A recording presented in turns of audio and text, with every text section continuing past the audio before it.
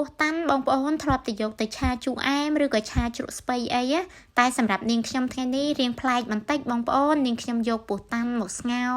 ហើយញ៉ាំជាមួយនឹងទឹកប្រហុកហិលនិយាយពីរឿងរសជាតិវិញបងប្អូនអើយនាងខ្ញុំឲ្យលេខ1តែម្ដងមកមុខនេះជាពិសេសបានញ៉ាំជាមួយនឹងបន្លែស្រស់ខ្ចីអញ្ចឹងទៀតនិយាយពីថារឿងរសជាតិវិញបងប្អូនអើយឆ្ងាញ់សាហាវតែម្ដងហើយថ្ងៃនេះដែរនាងខ្ញុំនឹងចែករំលែកពីរបៀបធ្វើទឹកប្រហុកដើម្បីឲ្យមានរសជាតិឆ្ងាញ់ដូចយើងទៅញ៉ាំនៅក្នុងហាងអញ្ចឹងឥឡូវដើម្បីកុំឲ្យរងចាំយូរតាចូលទៅមើលពីវិធីធ្វើរបស់នាងខ្ញុំទាំងអស់គ្នាសម្រាប់គ្រឿងផ្សំមានដូចដែលបងប្អូនឃើញនៅក្នុងវីដេអូរបស់នាងខ្ញុំអញ្ចឹង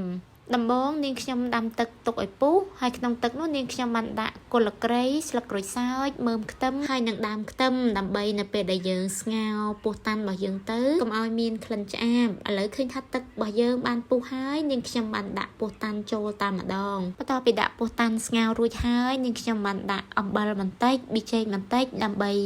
ឲ្យពោះតាន់របស់យើងនៅពេលដែលស្ងោរទៅមានជាតិឆ្ងាញ់ចន្លោះពេលរងចាំពោះតាន់របស់យើងស្ងោរឆ្អិននាងខ្ញុំឆ្លៀតមកធ្វើទឹកប្រហុកតែម្ដងដំបូងនាងខ្ញុំដាក់ប្រហុកចិញ្ច្រាំចូលរួចដាក់ម្ទេសនិងខ្ទឹមដែលបានចិញ្ច្រាំម៉ដ្ឋ2ស្លាបព្រាបាយប៊ីចេង1ស្លាបព្រាកាហ្វេ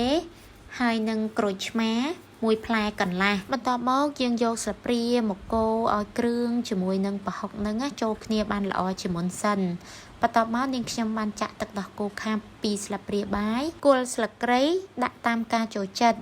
ហើយបន្ទាប់មកនាងខ្ញុំបានចាក់ទឹកដោះគោស្រស់1កូនចានចង្កឹះចូលតែម្ដងសម្រាប់ការធ្វើទឹកប្រហុកនេះនាងខ្ញុំអត់បានប្រើស្ករទេបងប្អូនគឺនាងខ្ញុំប្រើរសជាតិផ្អែមនិងទឹកដោះគោខាប់តែម្ដងសម្រាប់សណ្តែកដីសំពេលយើងញ៉ាំចាំយើងដាក់បងប្អូនទៅទឹកប្រហុករបស់យើងមានរសជាតិឆ្ងាញ់ហើយរក្សាភាពឈ្ងុយរបស់សណ្តែកដីទៀតផងចុងក្រោយនាងខ្ញុំបានដាក់ម្ទេសដែលនាងខ្ញុំបានហាន់ជាកង់ចូលបើនិយាយពីរឿងរសជាតិទឹកប្រហុកនេះវិញ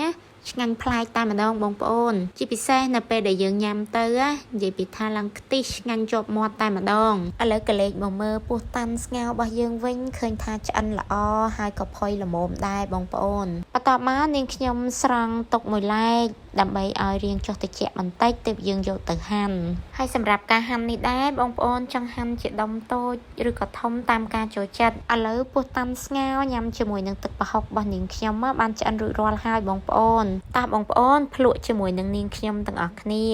ហើយជាពិសេសនេះពោះតាន់ដាក់ជាមួយនឹងទឹកប្រហុកហើយបន្ទាប់ជាមួយនឹងបន្លែខ្ចីអញ្ចឹងទៀតអូយជាតិមហាសែនជាតិតែម្ដងបងប្អូនជាពិសេសពោះតាន់របស់យើងពេលដែលញ៉ាំទៅច្រប់ផុយនិយាយពីថាឆ្ងាញ់យកតែមែនតែម្ដង